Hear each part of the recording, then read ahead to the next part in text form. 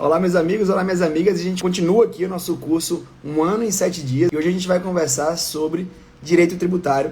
O foco aqui de hoje é tratar das principais novidades jurisprudenciais e legislativas do ano de 2022 em direito tributário, para que a gente consiga evoluir bem aí e começar bem o ano de 2023 já bem atualizado, bem atualizada. Tem assuntos aqui de relevância para todas as carreiras, seja de AGU, sejam procuradorias estaduais ou procuradorias municipais. Eu tenho a impressão que a prova da AGU é uma prova que pode abarcar muitos temas, não só pelo conteúdo programático, porque qualquer um poderia fazer isso, mas porque, de fato, a prova da AGU tende a ser, especialmente na primeira fase, uma prova um pouco mais generalista, pelo menos aí quando a gente fala de AGU e PGF. Quando a gente fala de PFN, eu acho que tem um aprofundamento um pouco maior. Um abraço para o professor Daniel Magalhães, pessoal entrando. Então, basicamente é o seguinte, a gente fiz uma seleção de temas aí, de julgados, principalmente, de 2022, e a gente vai tratar deles aqui hoje. Eu estou com a tela aqui do meu lado, nem todos eu tenho decorado, ou não sei exatamente os termos usados pelo Supremo ou pelo STF, então, em algumas situações eu vou olhar para o lado, então você já sabe que é porque eu estou lendo aqui o slide, que você tem aí também com você, se você está nos nossos grupos, se você está participando aí do nosso curso 1 ano em 7 dias. Se você ainda não está, vale registrar que o curso vai ser somente aqui, tá? Eu vou até fixar aqui, 1 ano em 7 dias, tributário 2022, somente no Insta. Pronto, publicar, boa tarde aí a todos, fixado o comentário, show. É o seguinte, se você não participa ainda dos grupos do 1 ano em 7 dias, eu aconselho que você faça, assim você consegue entrar nos grupos de WhatsApp e ter acesso aos conteúdos aí do 1 ano em 7 dias, ficar bem informado a respeito de tudo que a gente está trazendo nessa semana de atualização. Direito civil, direito constitucional, direito processual civil, direito tributário, que mais? Constitucional, trabalho e processo de trabalho, financeiro, enfim, muita coisa. Tem gente esperando no YouTube, avisa lá que vai ser aqui só no Instagram. Não sei se tem alguma live criada lá. Myron tá acompanhando também, pessoal aí do background do Revisão. Vai lá no YouTube e avisa o pessoal que o negócio tá bombando só aqui no Instagram, que é para vir para cá, beleza?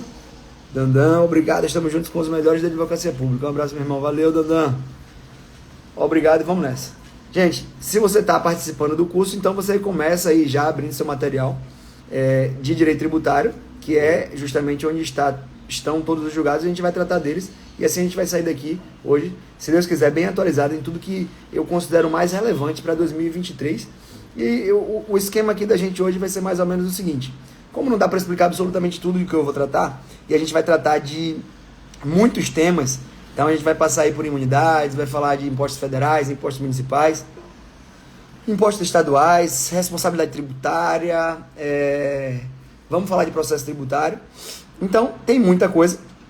Então eu vou estar trazendo aqui exatamente o julgado, a explicação do julgado e eventualmente eu faço uma breve introdução do tema para vocês se ambientarem e compreenderem melhor aí o assunto.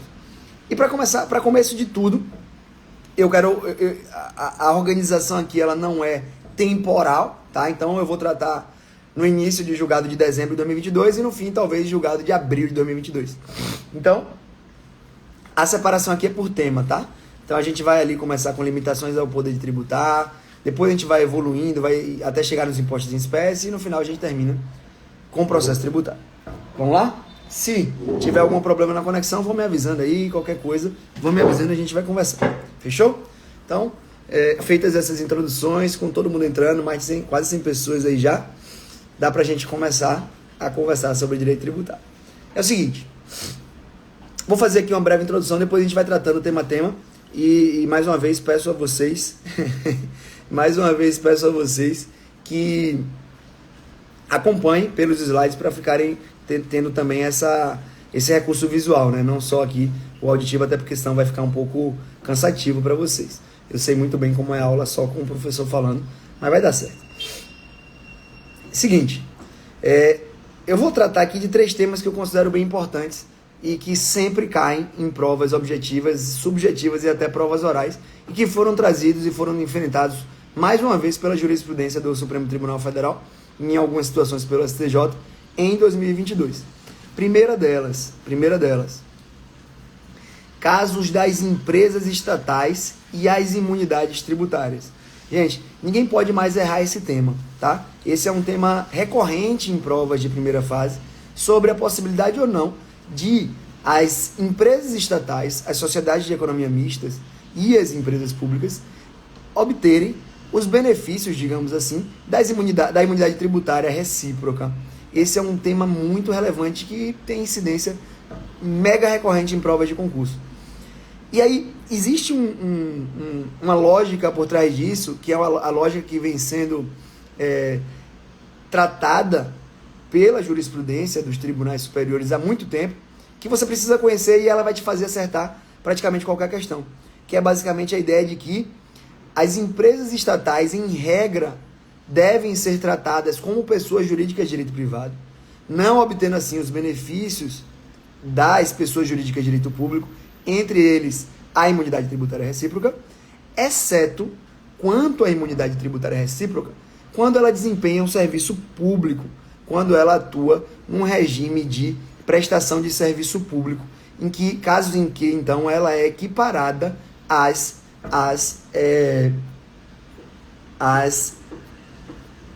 entes federados, tá?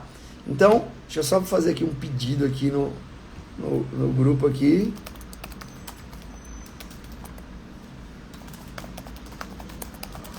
Pronto.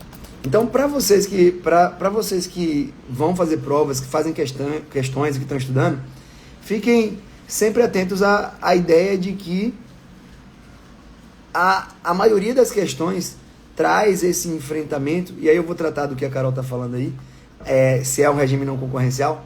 A maioria das questões ela faz com que você tenha a facilidade de acertar ou errar, se você começar a avaliar essa característica dessas entidades como entidades que, de fato, estão atuando na prestação de serviços públicos. E aí há um aprofundamento disso, que a Carol Lacerda falou aqui nos comentários, que é a atuação dessas empresas no regime não concorrencial, por exemplo, que é uma das características, um dos requisitos que o STF tem incrementado aí. Um outro é da possibilidade daquele serviço ser exclusivo do poder público. Essa também é uma característica que a jurisprudência tem encarado como necessária para obtenção da imunidade tributária recíproca para empresas estatais, tá? E aí eu vou falar dos Correios também, Patrícia. Vamos lá. Atuação em regime não concorrencial, serviço exclusivo, são características, mas basicamente às vezes as questões nem aprofundam tanto. Elas às vezes vão menos lá e elas ficam nessa característica mais pública dessas empresas estatais. Talvez com isso você já consiga responder muita questão, genericamente falando aqui, obviamente. E aí chega o momento em que a gente precisa fazer uma exceção, ou uma ressalva, um enfrentamento da situação dos Correios. Os Correios, eles representam uma empresa pública que tem características um pouco distintas. Por um lado, os Correios prestam um serviço exclusivo, que é o serviço postal. Por outro lado, eles prestam o transporte de bens e mercadorias, que é um serviço claramente concorrencial, inclusive com um mercado até um pouco agressivo, né? Com a concorrência forte no que tange a entrega e o transporte de bens e mercadorias. E aí, como é que fica essa mesmo se elas cobrarem pelo serviço? Obviamente, elas têm que cobrar pelo serviço para que a gente possa tratar de imunidade, porque tem que ter algum bem ali, algum dinheiro entrando, para a gente poder discutir se teria que pagar tributo ou não. Então, é justamente pela cobrança ali que a gente vai, definir a necessidade ou não da imunidade. Por exemplo, no caso dos Correios, os Correios atuam na livre iniciativa, no regime concorrencial forte, no transporte de bens e mercadorias.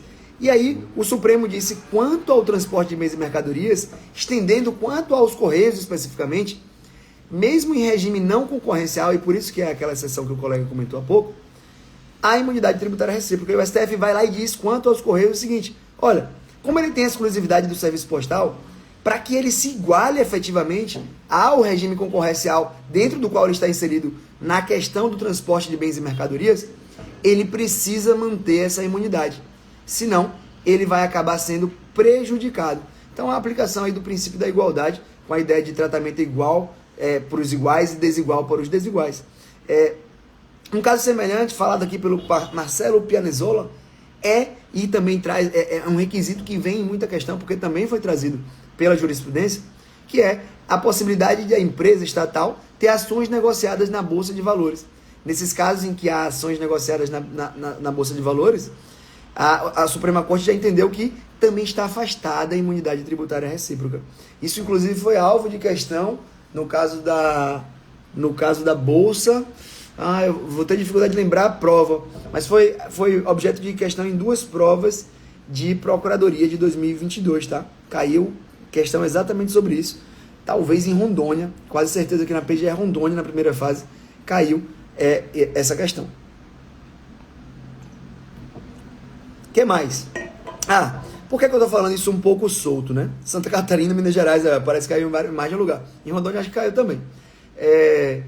Por que eu tô falando meio solto isso? Porque há diversos julgados sobre isso que trazem requisitos distintos. E um exemplo, que é o que eu queria já trazer para vocês aqui, é o julgado do STF na ACO 3410, vão anotando aí, ACO 3410 de Sergipe, ministro Barroso, 20 de abril de 2022, informativo 1051. Professor, não sei, fala de novo para eu decorar. Não, eu não vou falar nada de novo sobre o que eu tenho no material, porque você pode acessar ele e baixar ele gratuitamente no nosso site, sacou? Baixa ele gratuitamente e vamos acompanhando a aula ou pega depois para ler também. Basicamente, nesse informativo, nessa CO 3410, que foi cobrado na PGE Santa Catarina, e aí já confirmando o que a Karine falou, o STF disse que sociedade de economia mista estadual, prestadora exclusiva do serviço público de abastecimento de água potável e coleta e tratamento de esgotos sanitários, faz jus à imunidade tributária recíproca sobre impostos federais, incidentes sobre patrimônio, renda e serviços. Os requisitos para a extensão da imunidade tributária recíproca às empresas estatais: prestação de serviço público, ausência de intuito lucrativo, atuação em regime de exclusividade, ou seja, sem concorrência. E aí eu já trouxe para vocês também o caso dos Correios, que também é bom lembrar, porque é sempre muito cobrado. Um outro caso que é trazido é o caso das empresas que têm ações negociadas na Bolsa de Valores, também já afastado pela Suprema Corte. Então pronto, esse já é um primeiro caso que nos faz lembrar de uma outra situação que eu preciso avançar aqui e aprofundar, já que eu falei. É sobre a possibilidade de cobrança de tributo sobre o abastecimento de água potável, coleta e tratamento de esgotos sanitários, tá? Já houve questionamento sobre isso, e o que eu quero trazer para vocês é exatamente em relação ao ICMS. Em relação ao ICMS, já se disse que não há a incidência do tributo por essa prestação de serviço público, por essa possível transação comercial, diferentemente do caso da água, e aí eu quero que vocês anotem, da água envasada. A água envasada, aquela que você compra para fazer a prova, aquela garrafinha, ela obviamente está submetida sim à incidência do ICMS. Fechou? Há ali uma transação comercial efetiva que gera necessariamente a incidência do tributo estadual, aí o ICMS. Fechou? Então vamos lá. Vamos falamos essa, a live vai ficar gravada assim. Falamos essa e já fomos um pouco mais à frente também nessa da imunidade tributária recíproca das empresas estatais. Um outro ponto que merece muita atenção e daqui a pouco, procuradorando, você está lendo o que eu estou falando, que é a taxa. Eu ia falar das taxas, inclusive da taxa de lixo. Um outro ponto que cai muito e é sempre e reiteradamente enfrentado pelo Supremo, inclusive com os mesmos fundamentos, tornando esse tema sempre relevante e sempre atual, é o caso da incidência das taxas. Tá? As taxas, para começar, a gente tem as taxas como um tributo de natureza, um tributo que serve para remunerar a fazenda pública pelos serviços específicos e divisíveis prestados para a população. Então, é para os serviços específicos e divisíveis, ou a taxa de polícia. A gente tem duas taxas, uma de serviço e uma de polícia. A taxa de serviço, ela tem que ser por um serviço específico e divisível. Basicamente, significa dizer, não pode ser um serviço geral prestado a toda a população, que você não consiga definir e dividir exatamente os beneficiários daquela ação. Também não pode ser um serviço que, apesar de ser separado em relação às unidades de aproveitamento daquele serviço, não seriam pagáveis, digamos assim, não seriam factíveis ou passíveis de objeto de pagamento por indivíduos isolados. Exemplo, taxa de segurança pública. Como é que a taxa de segurança pública, se a taxa ela serve para um serviço específico e divisível, e a segurança pública é naturalmente um serviço geral, posto de maneira até abstrata a toda a população. E aí a gente já faz uma distinção também muito batida pela jurisprudência, que a taxa de segurança pública, ela não existe, ela é inconstitucional. Porque ela deve ser remunerada, esse serviço de segurança pública, ele deve ser remunerado por meio dos impostos. Os impostos, sim, são tributos que servem aos serviços gerais, aos serviços indivisíveis, aqueles prestados a toda a população e que não conseguem ser separados em unidades autônomas de intervenção. Assim a gente tem, então, limpeza de logradouro público, segurança pública, diplomacia, incêndio. Então, todas essas taxas que guardam correlação com alguma atividade que é prestada a toda a população deve ser remunerada por meio dos impostos e não por meio das taxas, tá?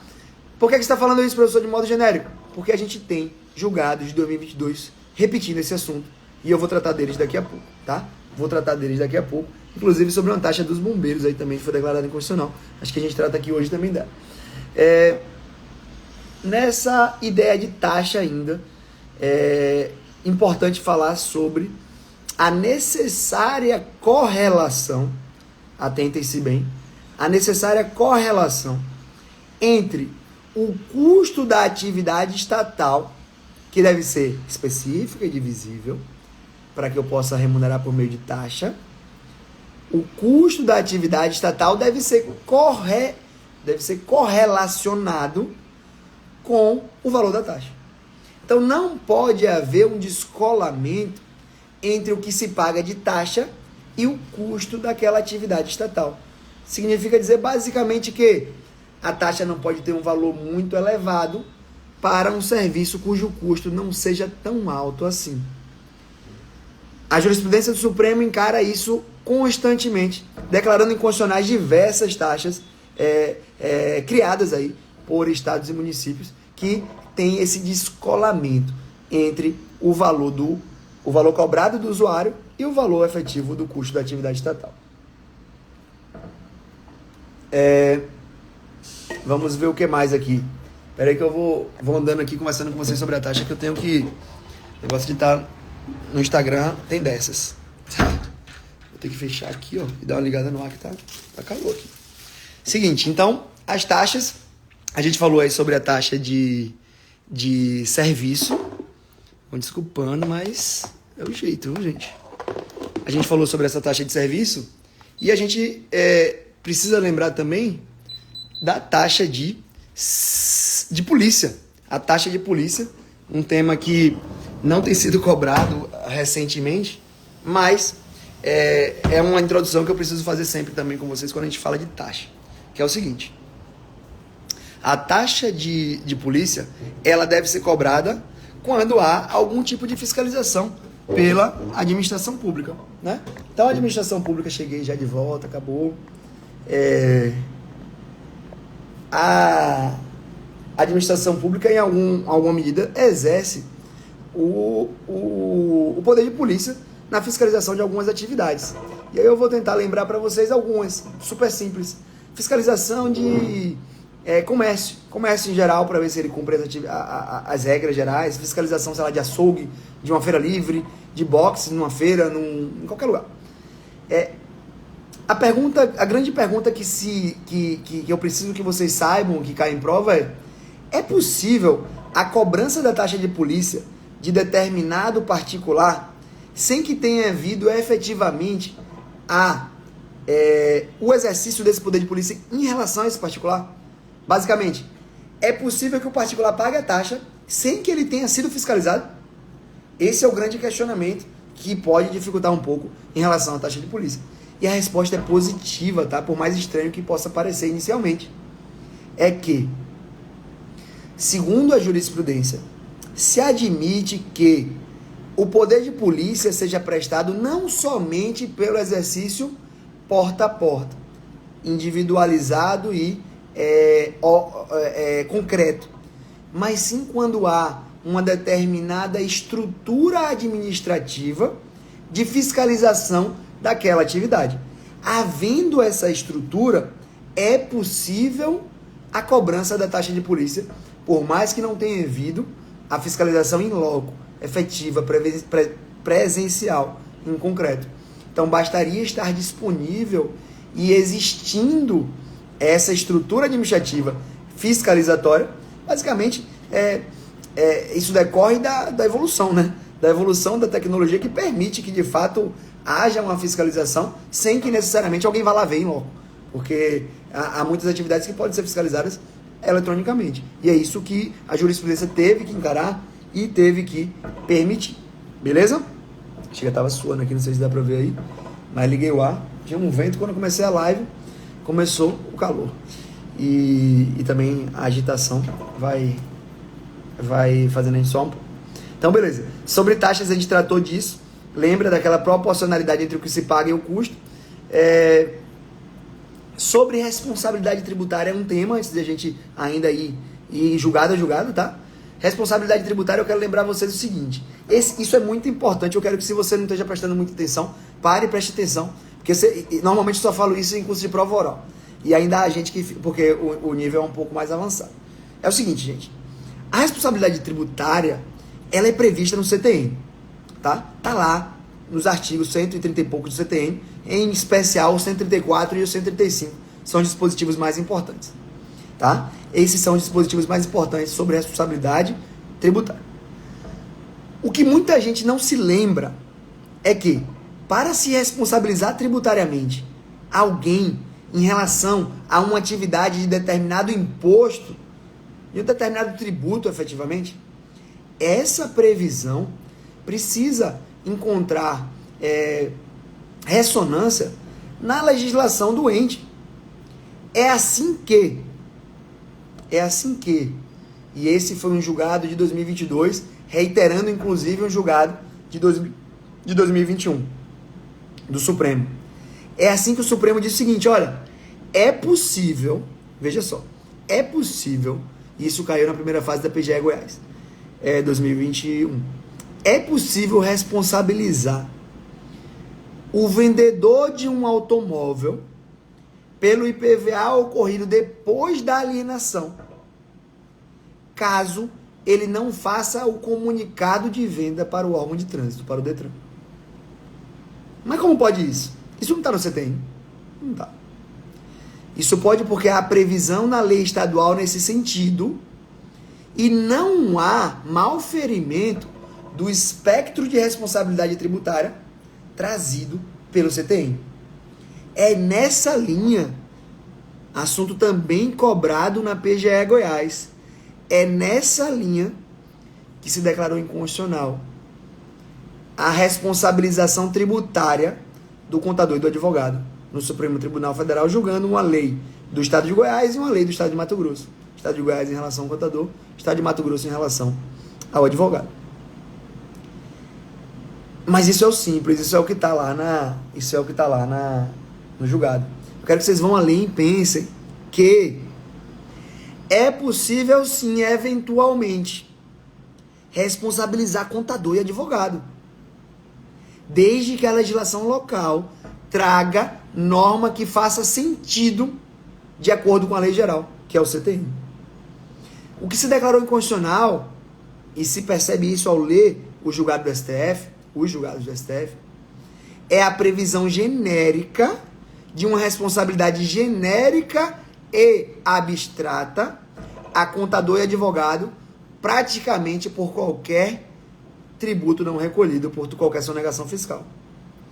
É possível que eventualmente haja uma lei que atribua ao contador e ou ao advogado a responsabilidade tributária de maneira válida. Exemplo claro disso, contador que no final das contas exerce praticamente um poder de gestão na empresa. Contador que atua eventualmente com excesso de poderes, como mandatário de uma pessoa jurídica, e isso é muito comum. É muito comum que o contador tenha uma procuração para fazer basicamente tudo junto ao fisco. Nessa situação, em que ele eventualmente agir com excesso de poderes, havendo previsão na lei local, é possível responsabilizar o contador sim. É possível responsabilizar o advogado sim. Desde que haja previsão na lei local. Fechou? Top, né? Gente, agora a gente vai, você que está com material, a gente vai tratar, julgado a julgado, eu tratei aqui primeiro, nessa metade, do que eu considero de 3 temas muito relevantes e que tem incidência e reincidência em provas, basicamente com os mesmos fundamentos. O STF vem dizendo a mesma coisa sobre leis diferentes todo ano. Então você não pode errar.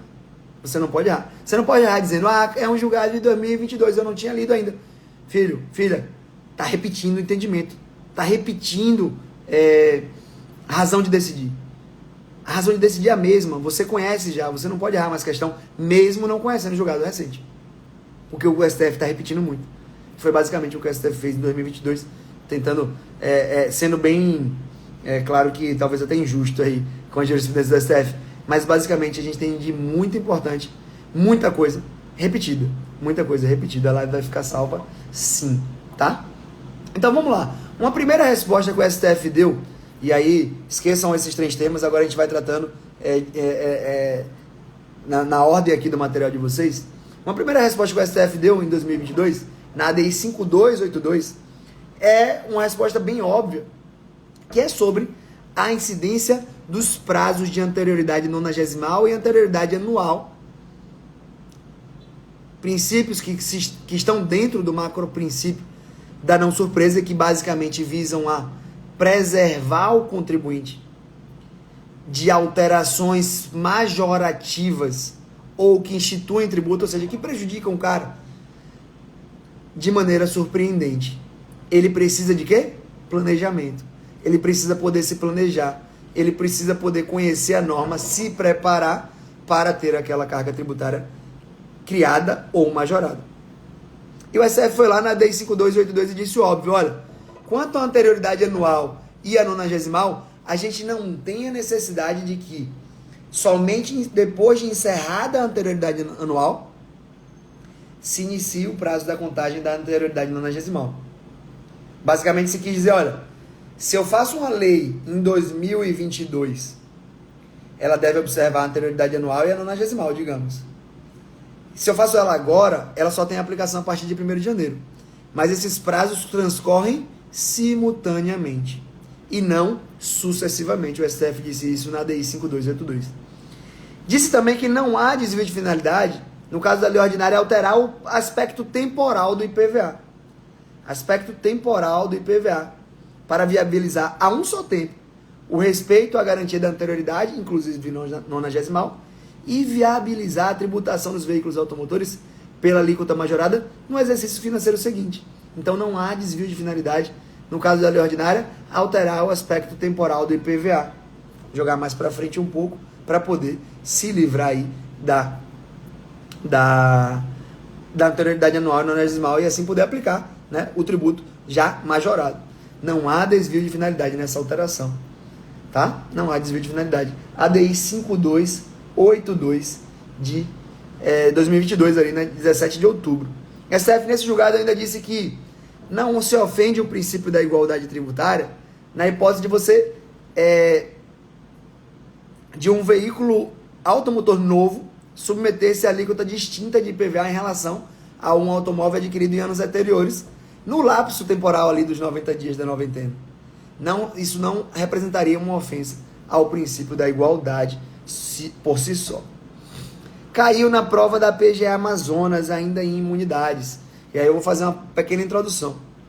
Nas imunidades tributárias, deixa eu ver se eu não estou com a Constituição aberta aqui não. Nas imunidades tributárias, a gente tem diversos entes ali imunes. E aí eu vou lembrar de alguns. A imunidade tributária recíproca, imunidade dos templos de qualquer culto, imunidade das entidades de assistência social. É essa aí que eu quero falar com vocês. A imunidade das entidades de assistência social, elas estão submetidas e condicionadas ao cumprimento dos requisitos previstos na legislação, que define o que é uma entidade de assistência social. É por isso que o STF já disse, eu quero que você anote, pois não está no material, que os requisitos para fruição de uma imunidade tributária devem estar previstos em lei complementar. Mas por quê, professor? Porque o artigo 146, inciso 10 da Constituição, reserva a lei complementar a regulamentação das limitações constitucionais ao poder de tributar. As imunidades são limitações constitucionais ao poder de tributar. Então, os requisitos precisam estar previstos em lei complementar. Então, o que é uma entidade beneficente de assistência social? A lei complementar diz. Pode ter lei ordinária tratando de tema de fruição de imunidade tributária? Por exemplo, para uma entidade beneficente de assistência social? Pode, mas não para definir requisitos. E sim para definir procedimentos. Então, a lei ordinária pode trazer aspectos procedimentais menos relevantes, menos impactantes, menos importantes, mas que fazem a conformação da possibilidade de cobrança, ou melhor dizendo, de gozo ou fruição dessa imunidade tributária. E aí veio o que o STF disse em 2022 e caiu na PGA Amazonas. O STF disse isso em 18 de março de 22. Diz o seguinte: as entidades religiosas podem se caracterizar, e isso é muito comum, vocês vão de reconhecer, como instituições de assistência social, a fim de se beneficiarem da imunidade tributária do 156C, e não do B, que é o templo de qualquer culto, do C, que abrangerá não só os impostos sobre o seu patrimônio, bens e serviços, mas também sobre as importações de bens a serem utilizados na consecução de seus objetivos estatutários. Então, o STF permitiu a caracterização, a configuração de uma entidade religiosa como entidade de assistência social para obter o benefício da imunidade tributária sobre a importação de bens a ser utilizado na consecução dessas atividades aí, dessas entidades. Fechou? Vamos lá, seguindo no que a gente vinha dizendo aí, naquela introdução que eu fiz, agora a gente vai seguindo com os julgados, tá? ADI 4785, eu vou repetir, se você entrou depois na live, eu não tenho material, vai no nosso site, se cadastra no lançamento do 1 ano e 7 dias, entra lá, baixa os materiais que já tem lá, ou entra no grupo de WhatsApp. Lá a gente está entregando todo dia as atualizações de cada disciplina, em material em PDF, e você também vai ficar sabendo de cada live, dos horários, das informações que a gente está tendo aí, desde segunda e a gente vai até sábado. Nesse caso, professor, fica a critério do fisco ou da igreja? Bem, nesse caso, Samuel, é comum, no Telegram também tem, valeu, Patrício. É comum, é necessário que a entidade, que ela faça o pedido da configuração como entidade de assistência social. Inclusive, podem conferir aí, também não está no material, são coisas que vêm vindo, a súmula 614, salvo engano do STJ, se não achar pelo número, joga no Google, súmula STJ SEBAS. Essa súmula deixa bem claro que, para gozar da imunidade tributária da entidade de assistência social, é preciso requerer isso, que é o certificado de entidade beneficente de assistência social. Basicamente, essa súmula diz, olha, quando o cara pede, Se a administração demorar para deferir, a natureza do deferimento não é constitutiva, é declaratória, retroagindo a data em que aquela entidade passou a reunir as condições de gozar da imunidade tributária por ser entidade beneficente de assistência social. Tá? Então, é normal, é comum que haja a necessidade da entidade realizar essa caracterização como beneficente de assistência social para gozar da imunidade. Vamos entrar em taxa agora, que é um tema que eu também fiz uma introdução para vocês. Uma introdução, inclusive, relativamente curta, mas que basicamente pega tudo que importa. Se liga que o STF decidiu na DI 4785, em agosto de 22. Renera entrou aí, fala aí. É constitucional a instituição, por meio de lei estadual, de taxa de controle, monitoramento e fiscalização, 612, obrigado, de atividade de pesquisa, lavra, exploração e aproveitamento de recursos minerários. Atentem-se que isso tem cara de AGU. Isso tem cara de prova da AGU. STF disse que é constitucional a instituição, por lei estadual, de uma taxa de controle, monitoramento e fiscalização de atividade de pesquisa, lavra, exploração e aproveitamento de recursos minerários. Isso tem cara de união, mas isso foi declarado constitucional pelo STF.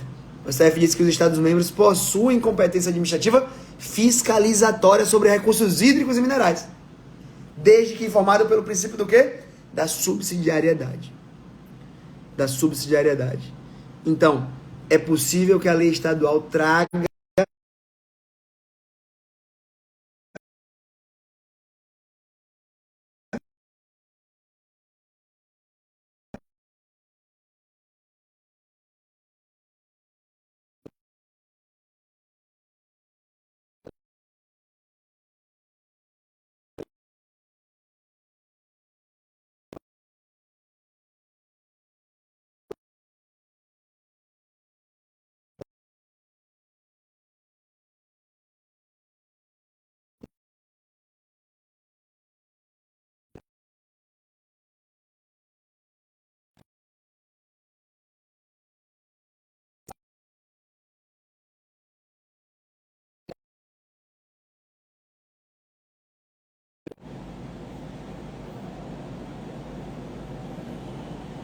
Pronto, deve ter voltado agora.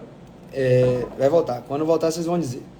Eu vou dar o legal aqui, vou começar a falar, vai chegar pra vocês e vocês vai ficar normal. Porque tá um pouquinho pra trás. Calma. Então, o STF, e aí eu vou falando porque eu sei que vocês estão atrasados no... Voltou. Perfeito, sabia. O STF no RS 776594. Tá. Vocês todos captaram aí sobre a possibilidade de lei estadual instituir taxa de controle, monitoramento e fiscalização das atividades de pesquisa, lavra, exploração e aproveitamento de recursos minerários. Todo mundo pegou, né? Isso é cara de AGU. Foi isso que eu estava dizendo, basicamente. Desde que informado pelo princípio da subsidiariedade, tá? Informado pelo princípio da subsidiariedade. Show. No RS 776594, o STF disse que é inconstitucional a taxa de fiscalização do funcionamento das torres e antenas de transmissão e recepção de dados e voz pelos municípios, pois a competência é privativa da União. Se liga aí. O serviço de radiodifusão é competência privativa da União. Aí nesse julgado de dezembro de 2022, 2 de dezembro, o STF falou, olha, é inconstitucional uma taxa de fiscalização do funcionamento de torres e antenas de transmissão e recepção de dados e voz por município. Só a União poderia instituir essa taxa. Carinha de AGU. Olha, uma coisa que eu disse para vocês, relatou o ministro Nunes Marques, setembro de 2022, informativo 1070, ADI 2692. É inconstitucional, veja que está repetindo, a taxa de segurança para eventos. Uma vez que a segurança pública é serviço geral e indivisível, devido a todos os cidadãos, independentemente de contraprestação. Portanto, deve ser remunerado por meio de impostos e não de taxas. E aqui, só por amor ao debate, eu me permita, mas a gente vai discordar, já resolvi aqui.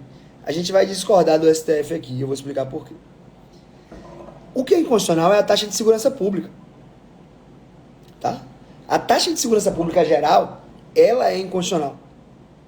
Na minha opinião, eu, Leonardo Vieira, quando você faz um evento, e esse evento privado, com intuito financeiro, te dando dinheiro, e esse evento demanda da administração pública um reforço da segurança pública para atender a uma multidão que você levou para o seu evento, para ganhar dinheiro.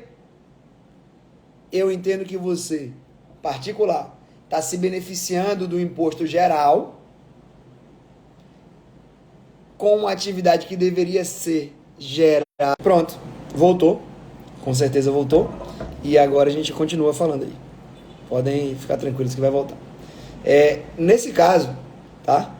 Já voltei, vocês vão captar.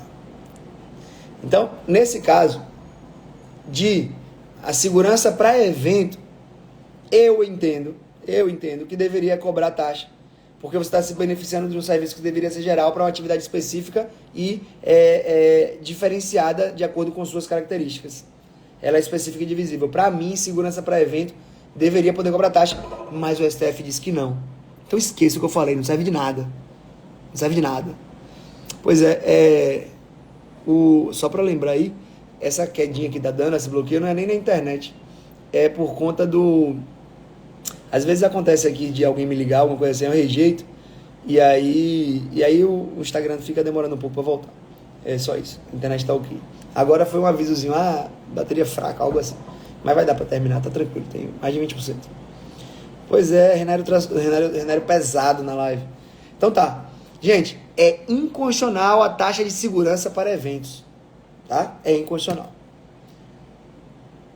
Diferentemente, é o caso das taxas, e aí precisa de uma explicaçãozinha também, as taxas judiciárias.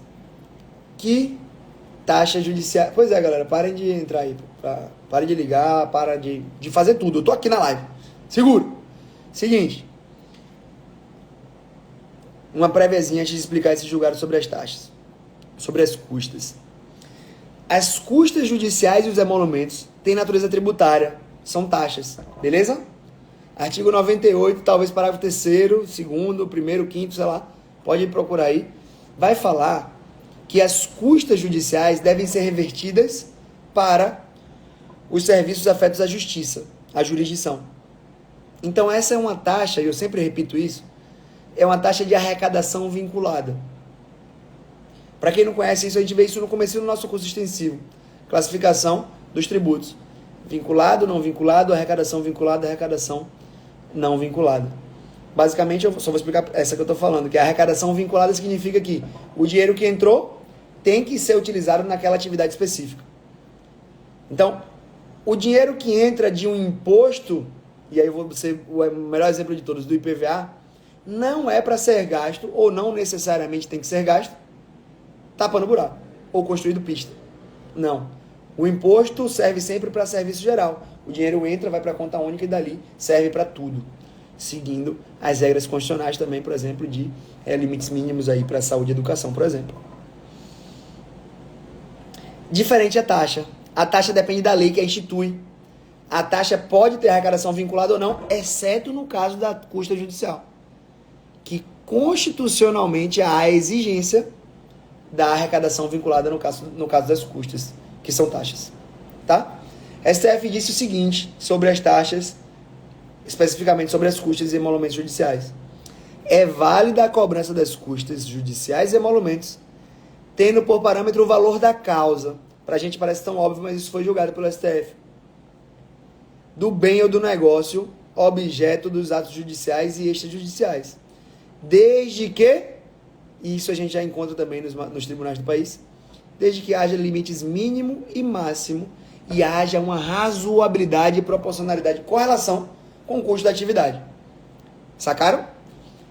falei sobre isso com vocês, né? Então as custas elas precisam ter limite mínimo e máximo, precisam ser razoáveis, proporcionais e ter uma proporcionalidade com o custo da atividade estatal. Professor, a taxa de recursos minerários tem como base de cálculo o quê? Não sei. Não sei efetivamente qual é a base de cálculo dessa taxa em específico. Tem que olhar a lei que a criou, que no momento eu realmente não me recordo, mas não sei se ela está no edital da AGU específico, a lei da taxa, acredito que não. Mas estando ou não, se quiser, dá uma pesquisada. Só botar taxa de recursos minerários, taxa de fiscalização, a TS, deixa eu ver aqui se eu vejo o nome, para te facilitar, TFRM, joga no Google aí que você vai achar a lei de criação dela, ela vai dizer. Fechou? Vamos entrar em impostos estaduais agora, galera. Seguinte, julgado importante de 2022, acho que é o julgado mais relevante aí pela novidade, apesar de não ser tão nova assim. Aí, ó, o Felipe Arque falou exatamente o que é o ponto aí. Vai para botar em post-it isso, porque vai cair na AGU, ou um ou outro, tá? Na verdade, Felipe, não é bem que o município não pode atuar subsidiariamente na telecomunicação. É que talvez isso não tenha sido enfrentado a fundo, né, ainda. Mas hoje a gente tem que ele não pode. Ponto, né? Ponto. É isso. Aparentemente decisões diferentes ou não. Acho que a do município não foi tão aprofundada como a do estado foi. Mas hoje você vai ter que se guiar pelo que a gente tem ali no julgado, que é o que nos interessa para o M2 cabe tonelada minerada. É a base de cálculo. Então se guia nessa aparente contradição aí do Supremo. Beleza? Ó, se liga aqui. ICMS. Esse é o julgado que eu quero que vocês decorem. Professor, vou fazer a AGU, não cai. Cai ICMS, cai imposto municipal, cai tudo, tá? Cai tudo. Se liga. Não é possível que haja a majoração das alíquotas de ICMS sobre operações de quê? De energia elétrica e serviços de telecomunicação, para que elas fiquem acima das outras operações em geral. Se liga em 2 julgados do STF que vai resolver tudo isso. ADI 7123, de junho de 22, e ADI 7111 do Pará, e várias outras ADIs, a 713, 7116, 7119 e 7122, de agosto de 22. Na 7123, o STF disse que é inconstitucional norma digital estadual que, mesmo que diga adotar a técnica da seletividade, preveja a alíquota de ICMS de energia elétrica e serviço de comunicação mais elevada do que as incidentes sobre as operações em geral. Isso foi em junho. Em agosto vem o STF e fala: são inconstitucionais normas estaduais que fixam a alíquota do ICMS para operações de fornecimento de energia elétrica e serviço de comunicação em patamar superior à cobrada para as operações em geral. Basicamente o STF reiterou ali o entendimento, tá? Samuel Oliveira, professor Léo é bom de bola de cristal. A Geminas ninguém imaginava que iria cair R por ser imposto federal. A primeira questão logo. Pois é, confia no pai. Não é que eu tenha bola de cristal, não. Eu só fui lá olhar as questões da FGV, estudei todas elas dos últimos, 3 anos, e vi que sempre caía imposto de renda, então ficou relativamente fácil de acertar esse palpite. Mas eu precisei estudar, né? Gente, em 24 de junho de 2022, o STF decidiu isso sobre a seletividade do ICMS e sobre a impossibilidade de cobrar a alíquota superior das operações em geral em relação às operações de serviço de energia elétrica e telecomunicações. Em 24 de junho, o STF julgou isso. Reiterou em 26 de agosto. Em 23 de junho foi publicada uma lei, que é a Lei Complementar número 194, em 23 de junho, um dia antes do julgado do STF, que incluiu o artigo 18A no CTN, e você precisa conhecer. Você precisa conhecer, inclusive, para a AGU, tá? Que basicamente diz que os combustíveis, o gás natural, a energia elétrica, as comunicações e o transporte coletivo são considerados bens e serviços essenciais e indispensáveis. E eles não podem ser tratados como supérfluos para fins de incidência do princípio da seletividade. Está no CTN, na norma geral. Combustíveis, gás natural, energia elétrica, comunicações e transporte coletivo. E aí o STF diz: é vedada a fixação de alíquotas sobre as operações do caput em patamar superior às operações em geral, que o STF decidiu, reiterou lá em agosto também de 2022. Tá bom? E é facultada ao ente federativo a aplicação de alíquotas reduzidas, porque aqui a seletividade pode ser para diminuir. Fechou? Então, assim, Lei Complementar 194 alterou, ou melhor dizendo, incluiu o artigo 18A no CTN, que você precisa conhecer em conjunto com o julgamento do STF da ADI 7123 e das ADI 7111, 7113, 7116, 7119 e 7122, de agosto de 22. O STF, então, julgou um dia depois da alteração do CTN. Muito provavelmente, eu não li o inteiro teor do julgado, mas muito provavelmente já tendo conhecimento dessa lei. Fechou? Cadê? Eu estava pulando aqui já. Sobre substituição tributária no ICMS. O STF já decidiu no tema 456 que é preciso lei complementar nacional. E essa lei complementar nacional já existe, já está na Lei Candir, tá? Mas é necessária uma lei própria de cada ente para operacional que está previsto lá na Lei Candir. Portanto, a instituição de substituição tributária, ela pode ser feita por meio de lei ordinária estadual e pode ser até regulamentada por decreto, porque se exige lá o tratamento por lei complementar nacional que já foi dado na Lei Candir. Então, os aspectos gerais da substituição tributária devem estar na Lei Candir. Lei ordinária pode instituir a substituição tributária em cada ente. Julgado ADI 5702 do Rio Grande do Sul, julgado em outubro de 2022 pelo STF, tá? Beleza? Olha que interessante, super fácil, mas foi julgado pelo STF e eu preciso que vocês tenham atenção nisso.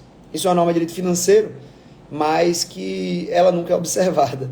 E o STF tratou dela agora em 2022, em setembro de 2022, na ADI 6152, quando ele diz o seguinte: é formalmente inconstitucional, o regulamento só pode se tiver lei ordinária. É isso aí, carinho. Preciso de lei, e aí o decreto pode regulamentar. Voltando agora, se liga, ADI 6152 do Maranhão. É formalmente inconstitucional lei estadual que reduz a alíquota do ICMS, sem a comprovação do impacto financeiro orçamentário. Isso aqui é o ponto importante, porque está em todo lugar, e todo mundo faz sem comprovação do impacto financeiro orçamentário, e sem a celebração de convênio entre os estados e DF. Lembrem-se, para desonerar ICMS, para evitar a guerra fiscal, a Constituição exige que haja previsão em convênio, no CONFAS, que é o convênio que envolve os estados da federação e o DF. Fechou? Lembra que eu disse sobre a responsabilidade do alienante de IPVA lá no comecinho da live? No RESP 1.881.788, de 23 de novembro de 2022, o tema 1118, o STJ disse que somente mediante lei estadual ou distrital específica poderá ser atribuída ao alienante responsabilidade solidária pelo pagamento do IPVA do veículo alienado, na hipótese de ausência de comunicação da venda do bem ao órgão de trânsito competente. Fechou? Ao órgão de trânsito competente. Preciso trazer essa questão para vocês. Caiu na prova da PGA Amazonas e da PGA Santa Catarina. É vedado aos estados e ao DF instituir TCMD nas operações de doações e heranças instituídas no exterior. Porque para o STF, a DI 6828, 28 de outubro de 2022, é preciso que haja lei complementar federal para isso. Enquanto não houver lei complementar federal para isso, não é possível aos estados e ao DF instituir TCMD sobre doações e heranças instituídas no exterior. Fechou? Show, né? O que mais que a gente vai ter? Julgado importante do STJ, a RESP 1.904.780. Esse é de dezembro de 21, mas eu tive que trazer. 14 de dezembro de 2021. Veja, é possível que determinado cidadão tenha uma dupla cobrança de algum tributo. Isso acontece muito no município. Ele pode ser cobrado 2 vezes por um município. Por 2 municípios, melhor dizendo. E ele pode pagar um município em específico. E o STF disse sobre isso o seguinte: olha, o recolhimento do tributo a município diverso daquele a quem seria efetivamente devido não afasta a aplicação da regra da decadência do lançamento de ofício previsto no artigo 173, inciso 1 do CTN. Se o cidadão paga a um município diverso, o fato dele pagar a município diverso não afasta a ideia da necessidade de que o ente correto precisa realizar o lançamento no prazo decadencial previsto no artigo 173, inciso 1 do CTN. Fechou? Não há alteração dessa aplicação se ele paga município diverso. Fechou? Deixa eu ver aqui, para matar, mas aqui alguns julgados eu vou tratar com vocês. Impostos federais, todo mundo louco com a AGU. É inconstitucional, essa aqui é massa, essa aqui tem cara de prova da AGU, vai cair em alguma das 3 carreiras também. A DI 5422 de junho de 2022. Pode anotar que vai cair, depois me cobra. É inconstitucional a norma que prevê a incidência do IR sobre valores percebidos pelo alimentado a título de alimentos ou pensão alimentícia. É inconstitucional a norma que prevê a incidência de IR, imposto de renda, sobre valores percebidos pelo alimentado a título de alimentos ou pensão alimentícia. STF basicamente veio dizendo o seguinte, olha, já se pagou o imposto de renda do auferimento de renda do alimentante.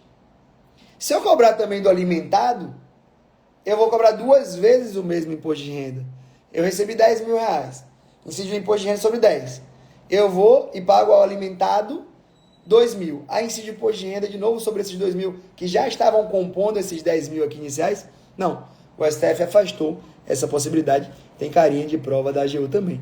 E mais cara de prova da AGU é essa aqui, ó. Não incide IR, não incide imposto de renda, na alienação de precatório com deságio. Como assim, professor? Se liga. Eu tenho um precatório, ganhei um precatório contra alguém. Vou receber, a gente sabe quando, né? Daqui a 1000 anos. O que é que eu faço? Vendo para um cara que está querendo comprar um precatório. Normalmente muitas empresas, bancos fazem isso. O meu precatório é de 1 milhão. Eu vendo para o banco por 700 mil. Se liga? Entrou 700 mil na minha conta. O que é que o STF disse? Filho, você não teve um ganho de capital. Como tem deságio, não há ganho de capital. Você ganharia se o seu precatório de 1 milhão, boa, Dandan, se o seu precatório de 1 milhão fosse vendido por 1 milhão e 200. Haveria aí um ganho de capital nos 200 mil. No caso do precatório com deságio, não há um ganho de capital de quem vendeu esse precatório. Não incide IR na alienação de precatório com deságio. Fechou? Não incide imposto de renda sobre juros de mora devidos pelo atraso no pagamento de remuneração. Se ligue, isso vai resolver tudo, sobre quase tudo. O imposto de renda, ele remunera ganho de capital, ele remunera, ele tributa, melhor dizendo, o ganho de capital. Ele tributa a remuneração. Ele não tributa a recomposição. É por isso que nada que tenha cunho indenizatório, nenhuma verba de natureza indenizatória, está sujeita à incidência do imposto de renda. Porque ela indeniza, ela recompõe um patrimônio que foi dilacerado. Ela não representa um ganho de capital, um aumento patrimonial, um auferimento de renda. Tudo que for indenizatório não está sujeito à incidência do imposto de renda. Isso cai muito e isso resolve muita coisa, de diversas questões aí relativas ao imposto de renda. E os juros de mora, eles são uma punição pela mora e não efetivamente um aumento de capital do beneficiário. E aí o Patrício também lembrou, danos morais. Os danos morais representam o quê? Uma indenização que recompõe o patrimônio do ofendido. Tá certo que a gente sabe que a real é que aumenta o patrimônio, mas juridicamente aquele dinheiro, ele recompõe um dano sofrido por alguém, é uma indenização. Toda vez que essa verba tiver natureza indenizatória, ela será não sujeita à incidência do imposto de renda. Fechou? Para finalizar, caiu na prova da PGE Santa Catarina 2022 FGV. E aí eu falei um pouquinho sobre a responsabilidade, por isso que eu vou falar sobre ela agora. O artigo 135.3 atribui responsabilidade tributária aos administradores das pessoas jurídicas de direito privado, por atos praticados com excesso de poderes, infração à lei, contrato social ou estatutos. Portanto, o redirecionamento da execução fiscal fundado na dissolução irregular da pessoa jurídica, que é um ato de infração à lei, pode ser autorizado contra o sócio ou o terceiro não sócio. com o terceiro não sócio que tenha poderes de administração na data em que configurada ou presumida dissolução irregular. Ainda que ele não tenha exercido poderes de gerência quando ocorrido o fato gerador do tributo não adimplido. Captaram? Eu não sou sócio, não era administrador no momento da tributação, no momento do fato gerador. Depois, o físico vem atrás de mim e eu, na condição de administrador, promovi ou deixei que se promovesse a dissolução irregular da empresa. É possível redirecionar a execução contra mim. Tá? Eu não preciso constar como sócio ou administrador no momento do fato gerador, se esse redirecionamento se dá por dissolução irregular, que é uma infração ali prevista no 155.3 do CTN. Sacaram? Para finalizar, deixa eu ver, vou finalizar nela mesmo. Vou finalizar nela, gente, que é muito boa. E aí eu já alerto a vocês que a gente tem mais no material. Mas eu alerto essa aqui tem cara de prova da PFN, tá? Essa aqui é prova da PFN, que vai cair na PGF não. E essa, se não cair na primeira fase, vai cair em algum momento. Vão te perguntar isso até na prova oral, talvez. E eu vou ter que fazer uma explicaçãozinha rápida sobre isso. É sobre o processo tributário. Imagine que você é o fisco, né? Você está cobrando. Vou botar aqui 1 milhão. Gosto de 1 milhão. Não, a aula vai até 19,7, 19,8. A gente já está acabando. Se liga. Você é o fisco. E você está cobrando 1 milhão de uma pessoa jurídica e de 10 sócios. Certo? 10 sócios. Uma pessoa jurídica e 10 sócios na condição de corresponsáveis, administradores, sócios. Então, de 1 mais 10. PJ mais 10 física. Todo mundo solidário. Você está cobrando isso em execução fiscal. Fechou? O que é que pode acontecer? Se liga nessa situação hipotética. Os 10 sócios, separadamente e em momentos distintos, opõem no processo de execução fiscal exceções de pré-executividade. 10 exceções de pré-executividade. Alegando que não há situação de responsabilidade tributária. Porque, por exemplo,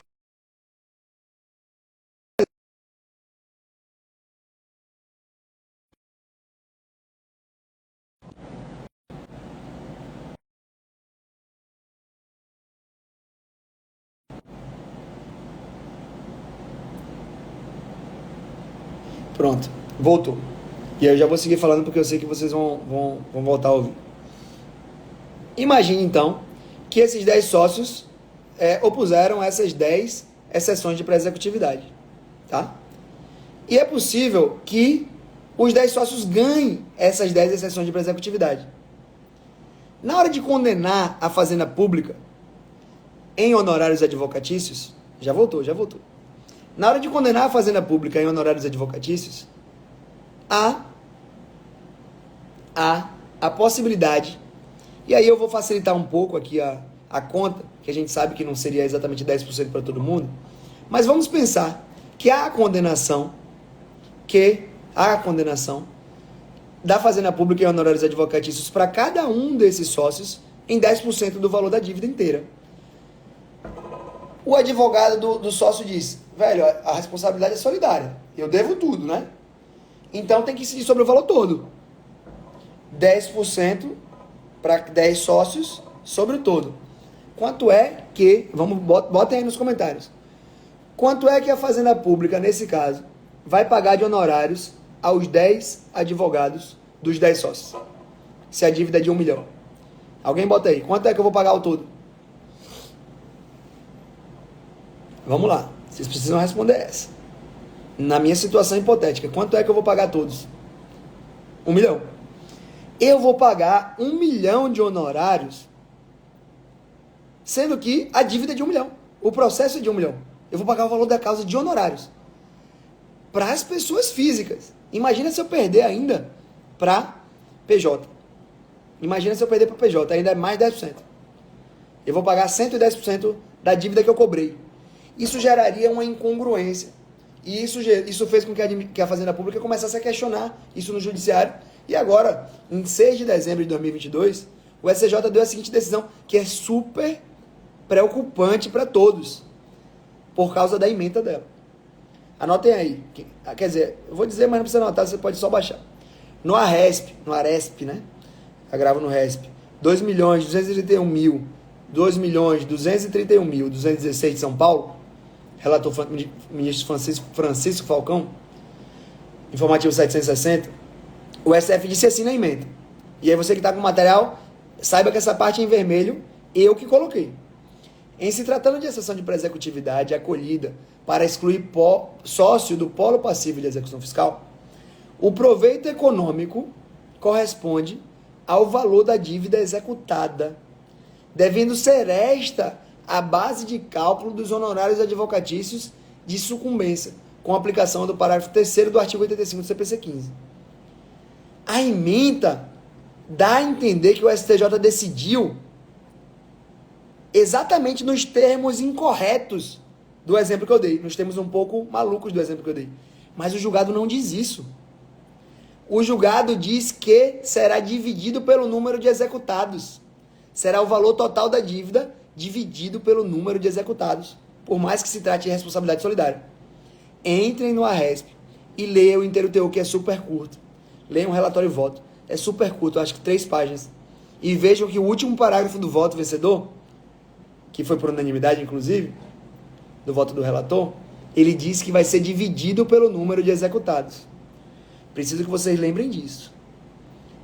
A grande sacada aqui do STJ, e novidade, é: o proveito econômico corresponde ao valor da dívida dividido pelo número de executados. Essa é a base de cálculo, resolvendo esse problema que eu trouxe para vocês. Pelo menos na segunda turma do STJ. Tá? Tem cara de prova CESP. Não sei se vocês vão fazer uma prova CESP em breve. Não sei. Fechou? Galera, foi um prazer estar com vocês. Muito obrigado pela atenção, muito obrigado pela paciência. O Revisão PGE está com o curso 1 ano em 7 dias. Opa, antes disso eu vou ter que falar sobre uma pergunta da Karine que é muito importante. E cabe a sessão de executividade para discutir legitimidade passiva? Eu achava que não. Karine, esse é mais um ponto importante da jurisprudência do STJ. A jurisprudência do STJ, ela diz de maneira expressa que não cabe exceção de pré-executividade para discutir ilegitimidade passiva de executado. Só que está errado. Porque existem julgados do próprio STJ diferenciando essa situação. O ponto é, súmula 393 do STJ. Leiam ela. A exceção de pré-executividade serve para matérias que o juiz possa conhecer de ofício, que não demandem dilatação probatória e sejam matéria de ordem pública. A legitimidade passiva, em regra, ela determina uma produção probatória. Por isso ela foi afastada, em regra, pelo STJ. Mas é possível que haja alegação de legitimidade passiva sem dilação probatória. Nome do sócio na CDA, sócio que não foi citado no processo administrativo tributário. O cara junta o processo administrativo tributário, prova pré-constituída sem dilação probatória, demonstrando que há uma anulidade no processo administrativo, uma anulidade na CDA, e ele precisa ser excluído. Típica exceção de pré-executividade, cabível para discussão de legitimidade passiva. Mas, de fato, o STJ diz de maneira expressa que não cabe exceção de pré-executividade para discutir legitimidade passiva. E aí eu te recomendo para vocês, se cair isso de maneira abstrata, genérica, desse jeito que eu falei, marque que tá certo. Se se aprofundar, como eu estou dizendo, marque o que eu estou dizendo, que é possível sim. Mas se não se aprofundar, são as frases utilizadas pelo STJ sim nas emendas do encabimento. Beleza? Então, gente, é o seguinte, 1 ano e 7 dias, atualização jurisprudencial e legislativa de 2022, agora no início de 2023, curso gratuito do Revisão PGE de Constitucional, Administrativo, Processo Civil, Tributário, Civil, Trabalho, Processo de Trabalho e Direito Financeiro, para você começar 2023 sabendo tudo do que é mais importante que foi julgado e que foi novidade legislativa aí nos tribunais superiores, nas leis federais e nacionais brasileiras. Se você não está inscrito ainda, vai lá no nosso site, é gratuito, é só clicar lá. Entra no nosso grupo de WhatsApp, que a gente também vai ficar conversando um pouco lá, Talvez eu até traga algumas coisas que eu acabei não conseguindo falar nessa live. Mais uma vez, obrigado pela atenção, pela paciência e pela confiança de vocês. Se vocês curtiram, comentem aí, por favor. Eu vou postar no Instagram. Comentem na live aí nos comentários. Digam se gostaram, se não gostaram. Façam os comentários para ajudar a gente. Me marquem e eu vou repostar também no meu Instagram. Espero que vocês vão lá, comentem, @professor Léo Vieira. Muito obrigado a todos, um grande abraço e vamos que 2023 começou. Bora nessa!